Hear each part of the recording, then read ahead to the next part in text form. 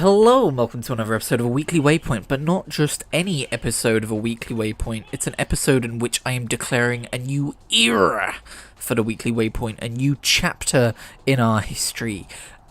Basically, I'm just changing the way the show works a teeny tiny bit. Basically, I want to dedicate, the first part of an episode to be dedicated more to the gameplay aspect of this series, and I'm going to be a little bit more deliberate in the games I choose, because I want to do what I'm calling, tentatively, it's not the best name, the rabbit hole era of the Weekly Waypoint. So basically, pick a franchise of games, and every week, so for instance, this is Wipeout 1 you are currently watching. We have dived right in to Wipeout 1, and I will talk about it in a little bit.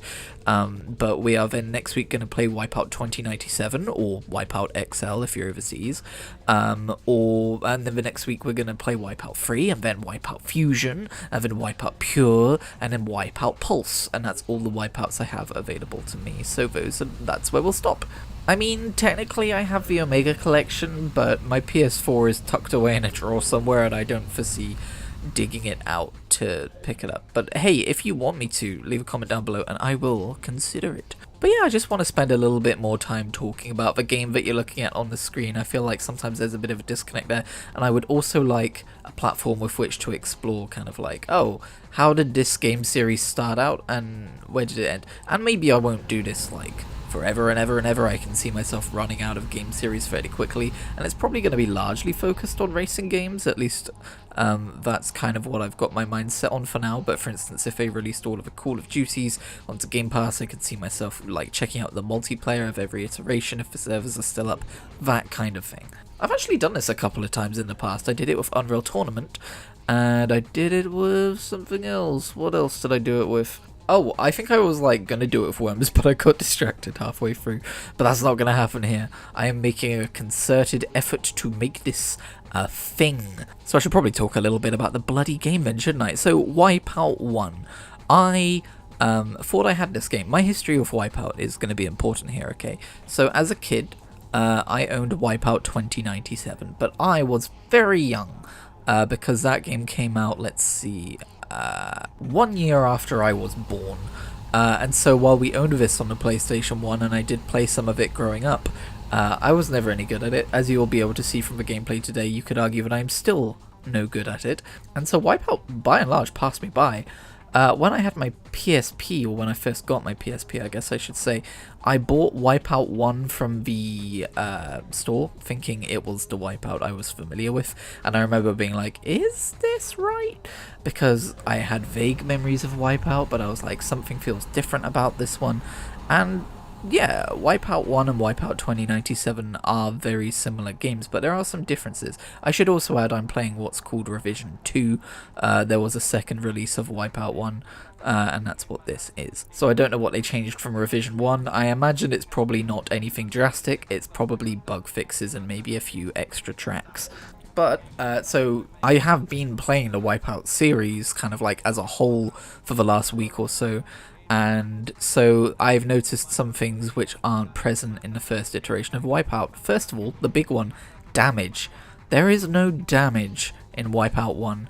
The whole thing with weapons is purely to slow people down. You could argue it still is in later iterations. You know, sometimes when you get wiped out, you're dead forever. Sometimes it's just oh no, now everyone's gonna, swish past me while I'm respawning. But yeah, there's no damage, so there's no pits. I don't know if they're called a pit stop, but the pit stop style thing, that's not there either. And the biggest punishment is slowing down. Speaking of slowing down, this is something that's pretty much present on all the PS1 Wipeout games, but if you so much as, brush up against one of the barriers, you lose just about all of your momentum. It is extremely punishing, and you'll probably see towards the end of the video there are some tracks which I just, oof, if you think I'm doing bad now, I could not stop myself hitting the barriers and just slowing right the heck down and having some severe issues. It's always present in later Wipeout games, but it's drastically reduced the punishment for, the amount that you slow down when you hit a barrier. Anyway, I've also noticed that this game starts with Venom class racing. I believe there's a few classes in speed below that in later games. I seem to remember starting on Toxic in Wipeout Pure, which I believe it might have been like one class below Venom. I remember I was like, wow, this is really slow. And now I've got up to, I think maybe the fastest or the second fastest championship league in Wipeout Pure. I'm like, why did I ever think this game was slow? Wipeout Pure is the main one I've been playing this last week. It's so good, but we'll get to it. And lastly, the thing I noticed about this version, there's no way to get rid of your item. In some versions of the game, you can just press square to get rid of your item, to discard it so that you can pick up the next item in front of you. In this game, you have to use it to pick up the next item in front of you, which is just like a little bit of polish, like the kind of thing that you would expect from a sequel, right? Like, why would you think of that ahead of time, and then after you've played a whole bunch of your game, why would you not go, oh, we could add this feature that would make the game feel a bit smoother to play? So yeah, if you've never seen Wipeout before, this is what it looks like. I think it's aged charmingly well. You may have seen the other week I was playing a game called Ballistic NG, which is a modern kind of love letter to this era of Wipeout, and I think there's a good reason for it. You know, it's it's quaint. It's got that good old PS1 almost papercraft early 3D software feel to it, and yeah, I think that pretty much sums up my thoughts on Wipeout 1 this week. Next week, we'll be playing Wipeout 2097, which at first I did not think had all that much difference from its predecessor, but now that I've played them back to back, actually, I think they probably do. So yeah, as I briefly mentioned, one of the main games I've been playing this week is Wipeout Pure for the PSP, but it's not the only PSP game I've been playing this week. You may have seen a video earlier this week. Actually, you know what? I know you probably didn't see a video earlier this week where I went back and explored Tato Legends, which was one of my very first PSP games. I've been on a PSP binge. I've been going back and playing all these games that I had when I was a kid, and acquiring games that I didn't, and seeing how they stack up against, you know, in some cases their PS2 counterparts. And yeah, I go through phases of getting invested in quote-unquote retro gaming. Some people argue about whether PSP and PS2 era is retro, but from my point of view, that was my childhood, it was retro.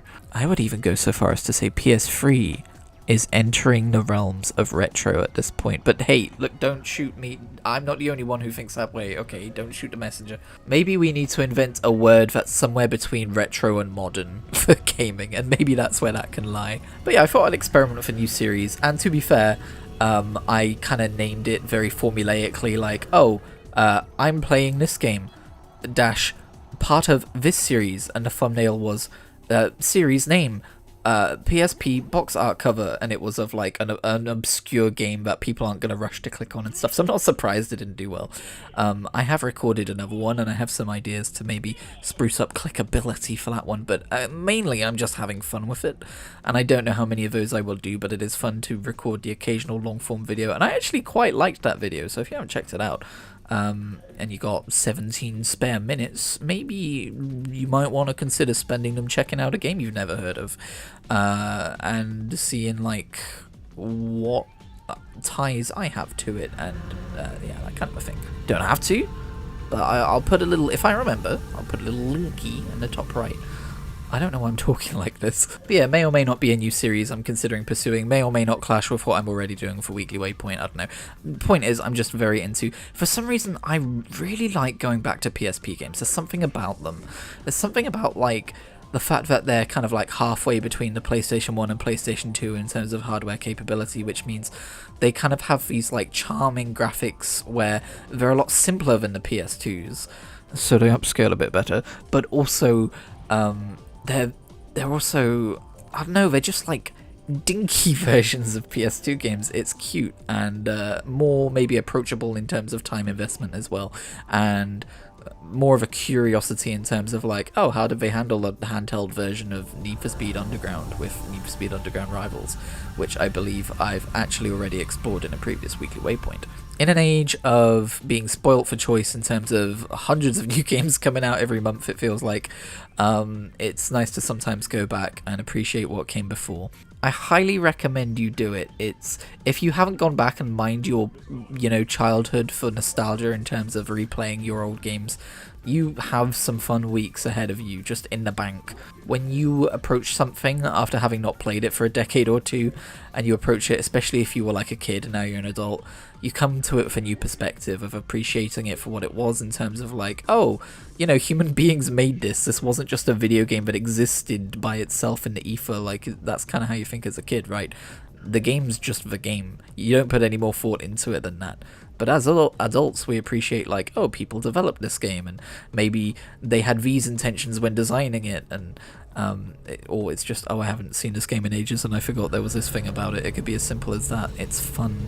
In other news, though, speaking of rabbit holes, I guess because it's possible to dive down more than one rabbit hole in a week, I guess, last week we had the Nintendo Direct, and if you want to hear more about various things that I'm excited about from the Direct, but mostly from just the video game presentations this summer in general, as well as other games that are coming out this year, head to my blog, kritigri.wordpress.com. This is a very plug-heavy episode, I apologize, but I wrote a blog post there where I talked about my most anticipated games in 2024 and beyond, with updated info from Summer Games Fest, basically. But the main thing I want to talk about here, because there wasn't a whole lot from the Direct that stood out to me, I mean, it's worth talking about as well. I will get to what I'm originally trying to tee up here.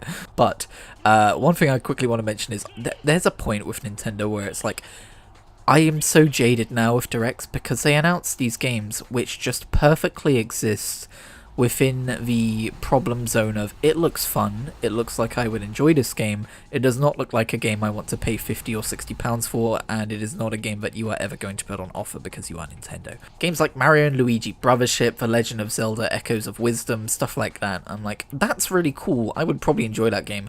Not for 50 quid though. And that's not necessarily me saying that those games aren't worth that objectively, they're just not worth that to me in terms of where my interests lie.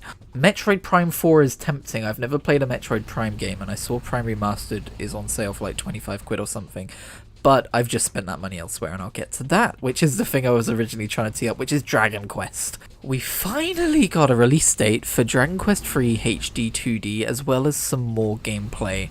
And that is what I tune in to every Direct to see, and it is so nice to see it. I mean, I also tune in for Dragon Quest X in the West and Dragon Quest XII, but no word on those yet. But I can't be mad with what we got. So yeah, it looks good.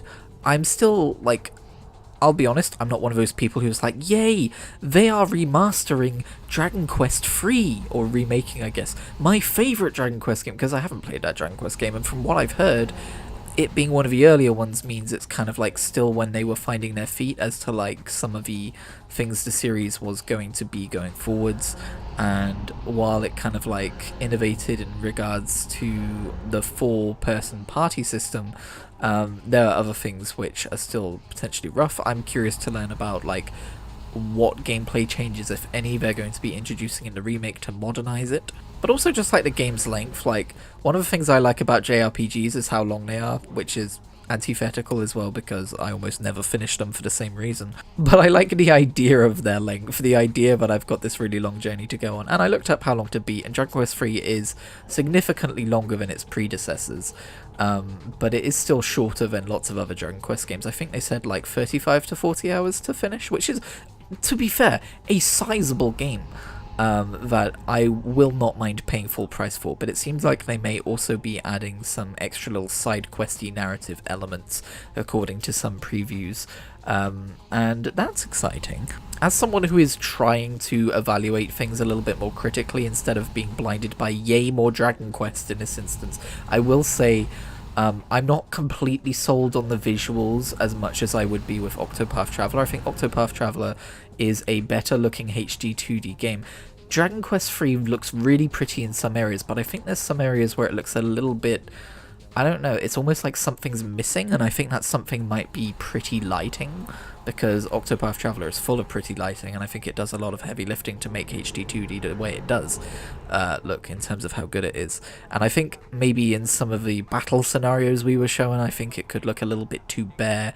Some of those open fields might look a little bit too bare, but to be clear, I am nitpicking here, it looks really good. And I was thinking to myself, you know, where am I going to buy this game? Because gloriously, it is everywhere. I was worried I would have to buy it on the Switch, and I don't mean any cruelty to the Switch. I know it would run just fine on there compared to everywhere else as well, because it's a HD2D game, but the Switch just isn't where I'm comfortable playing games right now, if you know what I mean. Like, it's not my go-to, it's usually not charged. When I'm going to the Switch to play a game, it's usually because it isn't anywhere else. So the main toss-up for me was, am I going to get Dragon Quest 3 on, not Switch, we just covered that. Am I going to get it on Xbox, or am I going to get it on Steam? And I was really like, because I've definitely kind of like re-entered the Steam ecosystem this year, but Xbox still kind of feels like home for me right now in terms of where I like to do gaming. But then I saw something which sealed the deal. It's £10 cheaper on Steam than it is everywhere else because of a console tax. I don't know if a console tax is a real thing or if that's a term I just made up, but it's a thing for Dragon Quest 3, so I will be getting it on Steam. And then I thought, it's nice to have an entire franchise in one place, isn't it? And then I thought, what other Dragon Quest games are on Steam? Because I could throw down £50 right now for a game I'm not going to get to play until November, or I could spend that money on other Dragon Quest titles which are currently on sale because Square Enix are thinking the same thing that I'm thinking. So I bought and started my third save file in Dragon Quest XI-S Echoes of an Elusive Age. Let me explain. This is my first time owning this game. Buying this game has been like a kind of like must-do chore for a while for me now, because firstly I downloaded the demo on the Switch, and if you have never played the Dragon Quest XI-S demo, it's a lot of content. It's like, I want to say 5 or 6 hours of main story quest content. It takes you quite far. I would say through the first act of the game, but I know Dragon Quest does acts as like a capital A thing, and I'm sure it does it in this game too, and it's probably like 50 hours in you finish Act 1 if I know my Dragon Quest. But yeah, the second time I played Dragon Quest XI was when it was on Xbox Game Pass, and I got about 25 hours into my save file there, and then I put it down and said, I'll get back to you, and then they promptly delisted it from Game Pass, and I went, I forgot you do that. It was really getting good, but undiagnosed ADHD is a bastard. And so I was like, I'm just gonna have to, I'm fine buying that game at some point. And it's not exactly like a full 50 or 60 pounds game. It's like £35 base price, I think, on Xbox. But hey, it was on sale on Steam and I bought it there. This story about where I bought the game probably didn't need to be this long, sorry. Did I mention I'm more comfortable with a weekly waypoint going longer now that we're doing the rabbit hole thing? I didn't know if I'd need these bonus 2 races I recorded at the end, but apparently I do. Anyway, I was worried it was going to feel like a slog starting out Dragon Quest XI for the third time, and I won't lie, it is, you know, a little bit lost on me, the grandeur of the opening. I think it's a fantastic opening to a JRPG, by the way. It is both what you expect and a subversion of that genre at the same time. But yeah, I'm almost up to Hoto, and I'm looking forward to getting there because that's around the time where the free demo ends, and so it'll only be my second time playing through content, and I remember that stuff a little bit less clearly, so it'll be a little bit more fresh going into it. But I'm really excited to play through Dragon Quest XI, but it's not the only Dragon Quest game I've decided to play at the minute, and that sounds like a really bad idea, I know, but did I mention the potential ADHD? See, I realised with Dragon Quest 3 HD 2D coming out, it might be a good idea to play through Dragon Quest 1 and 2. And I know what you're thinking, Christian, they're also redoing Dragon Quest 1 and 2. Did you not hear? Yes, I did. But I think it would be cool to play through the currently available versions of Dragon Quest 1 and 2 on Switch, then transition to Dragon Quest 3 HD 2D, and then after that play through Dragon Quest 1 and 2 HD as kind of like a full circle kind of a moment. Because 1 and 2 are not long RPGs. They're like 10 hours and 15 hours respectively, and I'm down for that. I'm down to do that. I played through Final Fantasy 1 and 2 this year, last year, sometime recently, and I was really surprised with the package of a really fun and complete RPG that's shorter than their modern counterparts. And I'm hoping I'm going to get the same thing with these first 2 Dragon Quest RPGs, so that I can fully appreciate the third's prequely yet sequely at the same time nature. And yeah, I played like an hour of it today, of Dragon Quest 1, because I already bought these games a while ago.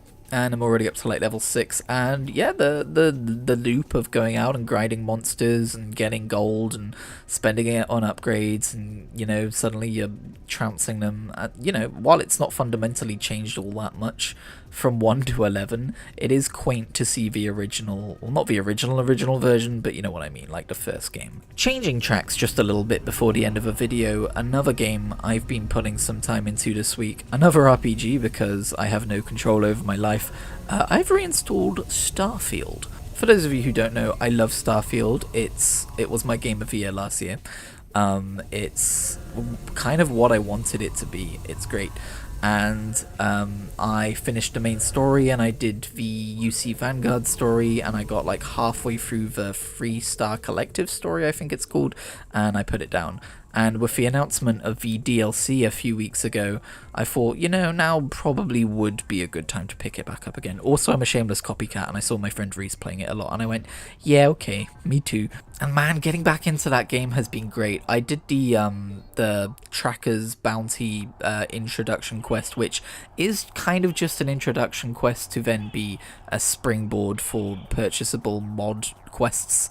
But the intro quest was a pretty fun way to get back into Starfield and refamiliarize myself with the game. I forgot just how expansive that world feels, or I guess I should say those worlds feel. Obviously people complain about the barren nature of the randomly generated planets, but when you're actually in like a handcrafted area, it just feels so well realized and deep, and like, you know, I first had this feeling when I went to Mars for the first time and I was exploring. I was like, oh my god, there's an entire apartment complex here, and I was just, well, I was walking down it and I was like, every apartment has like people in it and stuff in it and dialogue, and like there's just so much of it across the settled systems. It's so goddamn cool. And so I'm kind of hoping to wrap up all the main faction quest lines before the DLC comes out, but if I don't, it's not the end of the world. I know how Bethesda DLCs work. You don't need to know everything.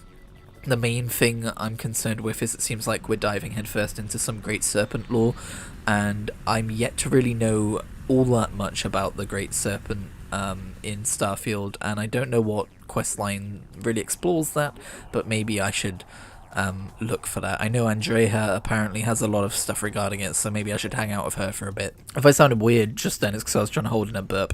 Anyway, one final thing before we go, and I hope you're enjoying this gameplay because, as I mentioned at the start, it has been deteriorating as we get further down the track list. Final Fantasy XIV Dawn Trail comes out this Friday for those with early access, which just means for those who have pre-ordered any tier of a game, which just means it comes out on Friday and the early access period is weird PR lingo. I'm still confused about that. I mean, if you buy the game on Friday, you can get it on Friday, so it releases on Friday. Anyway, I just want to mention I'm not going to talk any spoilers next week about the MSQ. I might talk like general impressions, but I promise I will keep away from spoilers. If I really feel the need to talk spoilers, I will find an avenue in which to do that, which will have a great big old spoiler warning for people to click on and consent to before they hear things about the story.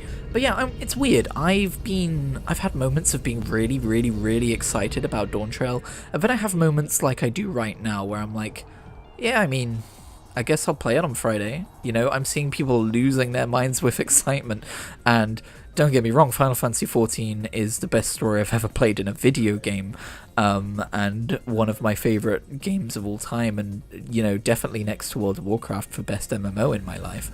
But for some reason, the wave of hype kind of like, you know, I think it's because I've still got stuff to do in that game. I've still got jobs to level, I've still got raid series to play through, so it's, you know, it's not like I've been gagging for more relevant content to do like I would be in World of Warcraft.